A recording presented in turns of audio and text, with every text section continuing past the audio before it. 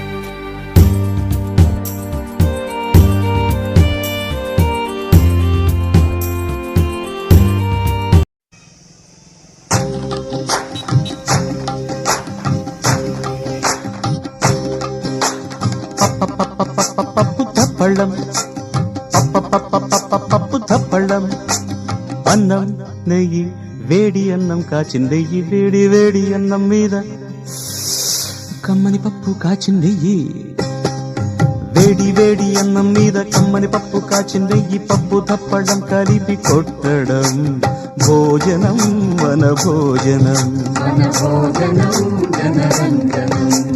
తల్లి తోడు పిల్ల మేక తల్లి తోడు పిల్ల మేక ఆలు మగలు అత్త కోడలు బాసు బంటూ ఒకటేనంటూ కలవడం భోజనం వన భోజనం.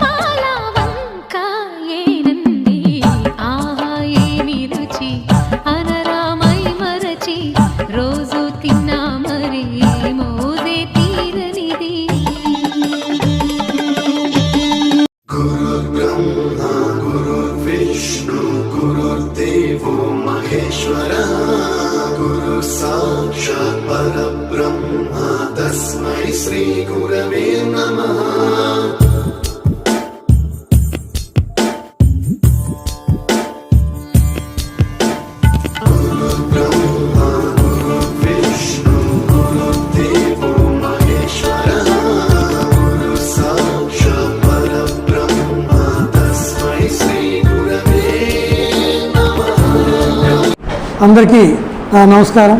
ఇలా ప్రతి సంవత్సరం క్యాంపెయిన్లో భాగంగా ఈరోజు కూడా రాష్ట్ర కమిటీ పిలుపు మేరకు రావడం జరిగింది.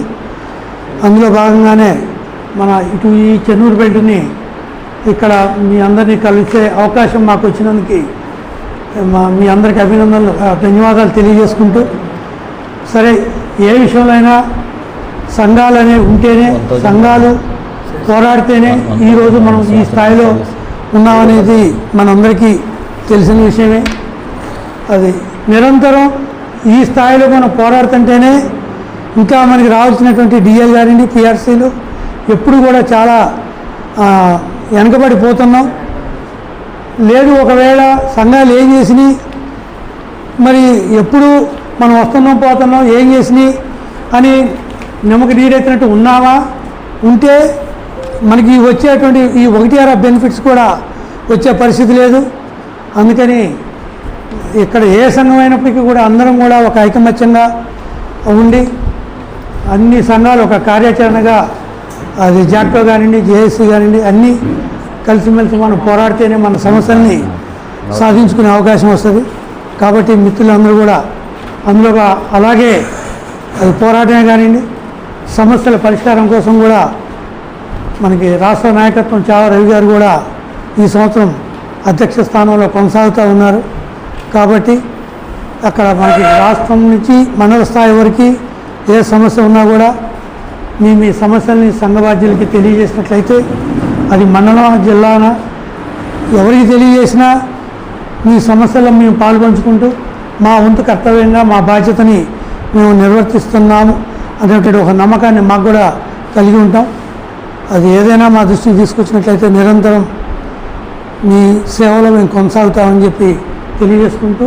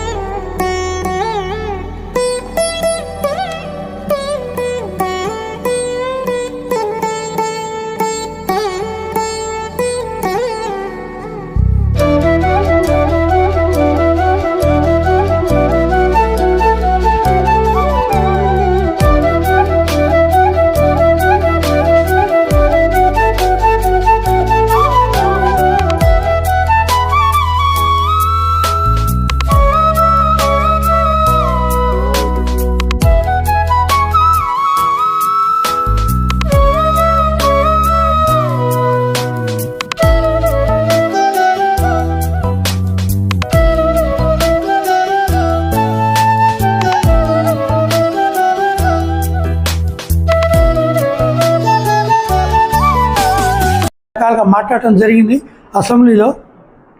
తర్వాత కొంత సరిదిద్దుకుంటూ వస్తూ ఉన్నారు వాళ్ళు కూడా. ఇప్పుడు వాళ్ళకి ఎంతో కొంత మార్పు వచ్చి ఇప్పటికైనా వాళ్ళు మన యొక్క డిమాండ్స్ని కొత్తగా జాక్టో కూడా మనకి ఏర్పడింది. మ్యాక్సిమం అన్ని సంఘాలు కూడా దీంట్లో కలిసి పోరాడదామనేటువంటి ఒక నిర్ణయానికి రావటం రాష్ట్ర వ్యాప్తంగా ఇట్లా జరిగింది. కాబట్టి ఒక మంచి శుభ పరిణామం అని చెప్పి తెలియజేసుకుంటూ ఈ అవకాశం ఇచ్చిన ప్రధానోపాధ్యాయులు వసంత మేడం గారికి ప్రత్యేక ధన్యవాదాలు తెలియజేసుకుంటూ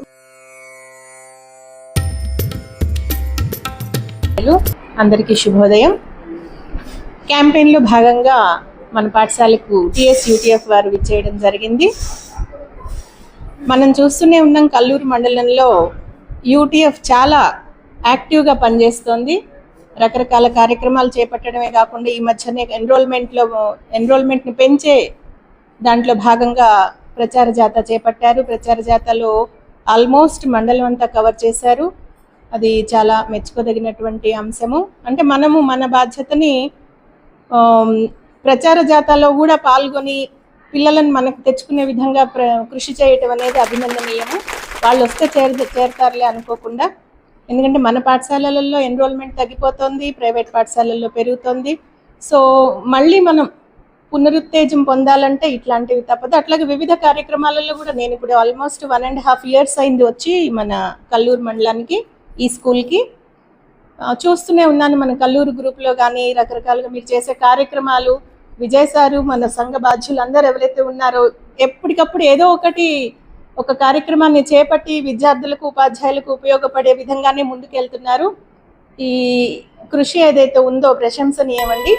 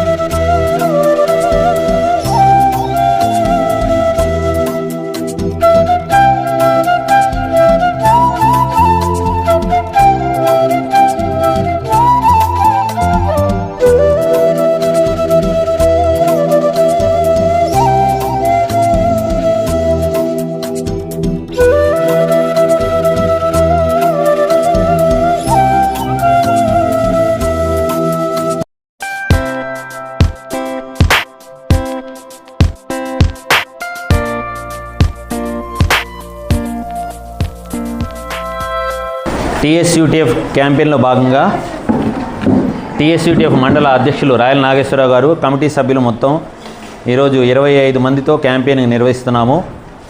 మండలంలో ప్రతి పాఠశాలని విజిట్ చేసి మీకు వ్యక్తిగతంగా ఉపాధ్యాయులకు సంబంధించిన సమస్యలున్నా, పాఠశాలకు సంబంధించిన సమస్యలున్నా తెలుసుకోవడం, దానికి పరిష్కార దిశగా పై అధికారులకి, ప్రభుత్వానికి తెలియజేసి దానికి సమస్య పరిష్కారానికి మేము ముందుంటామని తెలియజేస్తున్నాము.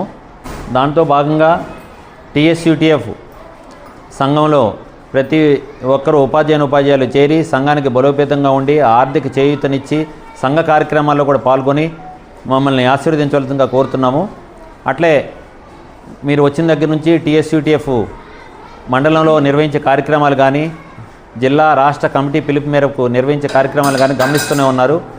ఉమ్మడి ఉపాధ్యాయ సంఘాల కమిటీ జాయింట్ యాక్షన్ కమిటీ పిలిపించినా కానీ అందరి ఉద్యోగ ఉపాధ్యాయ సంఘాల పిలుపు మేరకు ఖమ్మంలో ఏర్పాటు చేసిన జాయింట్ యాక్షన్ కమిటీ సమావేశానికి కల్లూరు నుంచి 22 మంది టీఎస్యూటీఎఫ్ సభ్యులు హాజరైనాము. ప్రతి పోరాటాల్లో పాల్గొంటున్నాము. పోరాటాలు చేయడం ద్వారానే సమస్యలు పరిష్కరించబడతాయి. పూట కూడా లేడీస్ని కౌన్సిలింగ్కి పిలవటం జరిగింది. సీనియర్స్ని తీసేయటం, తర్వాత జూనియర్, చాలా గందరగోళం జరిగింది. అప్పుడు మా సార్తో చెప్తే సారు యూటీఎఫ్ ప్రెసిడెంట్ గారికి చెప్పారు, మా సొసైటీలో ఇట్లా చాలా గందరగోళం జరుగుతుంది, కొంచెం వెళ్ళమనండి అని నేను చెప్పాను. సరే, అప్పటికే సార్ వాళ్ళకి తెలిసి ఉంటుంది. చావా రవి గారు, అలుగువల్లి నర్సిరెడ్డి గారు వాళ్ళందరూ కూడా మన సొసైటీకి వెళ్ళి అక్కడ పాపం చాలా ప్రయత్నం చేశారు. అక్కడ ఎంతవరకు అయిందనేది నాకు కూడా తెలియదు. మనం చెప్పిన వెంటనే సార్ వాళ్ళు వచ్చారు. నా విషయంలో కూడా నాకు సార్కి, అలుగువల్లి నర్సిరెడ్డి గారితో డైరెక్ట్ మాట్లాడాం, చావా రవి గారికి ఇచ్చాను చాలాసార్లు. సార్ మాట్లాడారు, చేస్తామన్నారు, కానీ నేనే హెల్ప్ అడగలేదు. మళ్ళీ ఇంకా మనకి చాలా రకాలుగా ఎలక్షన్ డ్యూటీలు ఉన్నప్పుడు సార్ వాళ్ళు క్యాన్సిల్ చేయించడం, ఎవరికైనా కావాలంటే అట్లా చేశారు. మ్యూచువల్స్ ఎవరికైనా కావాలంటే చేశారు. ఇక్కడ కూడా మనకి చేస్తున్నారు. సార్ చెప్పినట్టు ఫ్యామిలీ వెల్ఫేర్ ఫండ్ మీరు అడిగారు మేడం ఒకసారి. ఫ్యామిలీ వెల్ఫేర్ ఫండ్ అందరూ చేరినట్లయితే ఇప్పుడు మనకి ఏ క్షణం ఎవరికి ఏం జరుగుతుందో తెలియదు. కాబట్టి మనకు చాలా యూజ్ అవుతుంది. అసలే మనకి హెల్త్ కార్డ్స్ లేవు. హెల్త్ కార్డ్స్ ఒకటి సార్, మాకు టైమింగ్స్ ఒకటి 010 స్టేట్ డ్యూటీలో ఒకటి చాలా ప్రాబ్లం అవుతుందండి. నిన్న కూడా మీరు వాట్సాప్లో చూసుంటారు. స్టేట్ డ్యూటీలో ఉన్న టీచరు నైట్ వచ్చి పడుకుంది, మార్నింగ్ లేసేసరికి ఆమె చనిపోయి ఉంది స్కూల్లో డ్యూటీలోనే. వార్డెన్ డ్యూటీస్ తీసేయండి, రెగ్యులర్ వార్డెన్స్ని వేయండి అని మా సొసైటీ వాళ్ళకి చెప్తే అసలు వార్డెన్ని కూడా తీసేసి అడిషనల్ డిప్యూటీ వార్డెన్ ఉండేది, ఆమెను కూడా తీసేసి పిల్లలతోనే మీరు మెయింటైన్ చేసుకోండి అంటున్నారు. మరి అది ఎంతవరకు సక్సెస్ అయిద్దో అది అర్థం కావట్లేదు మాకైతే.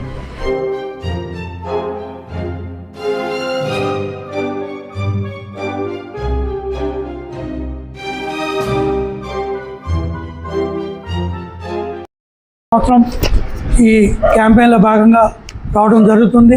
పాఠశాలలో ఉన్నటువంటి ఉపాధ్యాయ మిత్రులతో కలిసి ఓసారి వారికి ఉన్నటువంటి విషయ సమస్య కానివ్వండి, పాఠశాల సమస్య కానివ్వండి, లేకపోతే ఏదైనప్పటికీ కూడా ఆ సమస్యల్ని తెలుసుకోవడం, వాటిని పరిష్కరించే ప్రయత్నం చేసే సందర్భంలో మనం ప్రతి సంవత్సరం జూన్ జూలైలో రావడం జరుగుతుంది.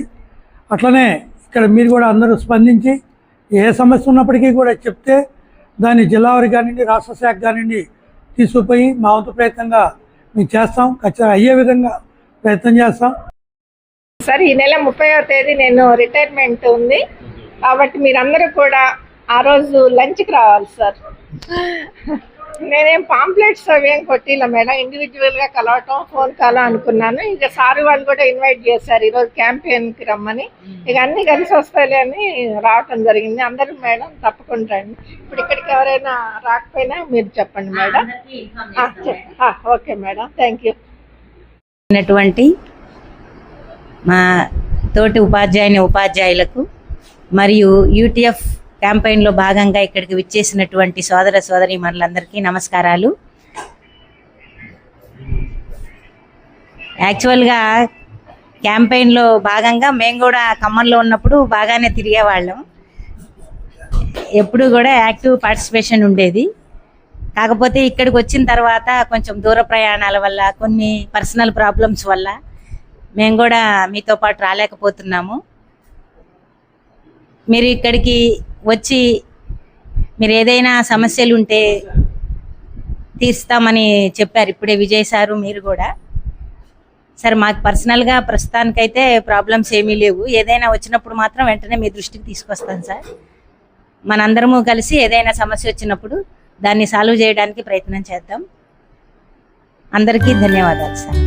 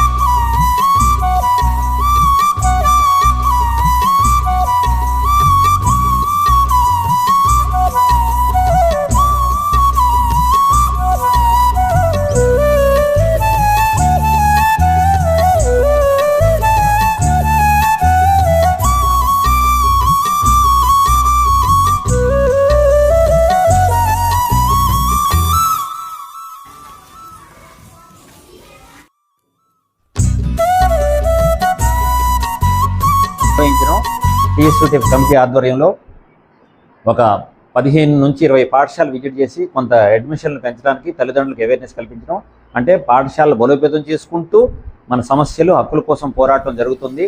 మొన్న అన్ని ఉపాధ్యాయ సంఘాల పిలుపు మేరకు, జాక్టో పిలుపు మేరకు కల్లూరు నుంచి టీఎస్యూటీఎఫ్ తరఫున 22 మందిని తీసుకెళ్ళాము. అంటే ఉద్యమాలు పోరాటాల ద్వారానే సాధించబడతాయి. తర్వాత మొన్న ప్రభుత్వం ఇచ్చినటువంటి 2 టీఏలు 1 టీఏ అమలు చేసి 6 నెలల తర్వాత ఇస్తున్నది. తర్వాత పెండింగ్ బిల్స్, రిటైర్మెంట్ బెనిఫిట్స్ ఇవి రావడానికి ఇంకా రాబోయే రోజుల్లో ఉద్యమాలు పోరాటాలు చేయవలసి ఉంది. దానిలో భాగంగా సంఘాలలో ఆకర్షితులుగా అయ్యి సంఘంలో చేరాలని, ఆర్థిక పరిపుష్టిని ఇవ్వాలని కోరుతూ ఈ కార్యక్రమానికి ఇచ్చేసిన అందరికీ ఈ అవకాశం ఇచ్చినటువంటి ప్రధాన ఉపాధ్యాయులకి ధన్యవాదాలు తెలియజేసిన సమస్య ఉంటే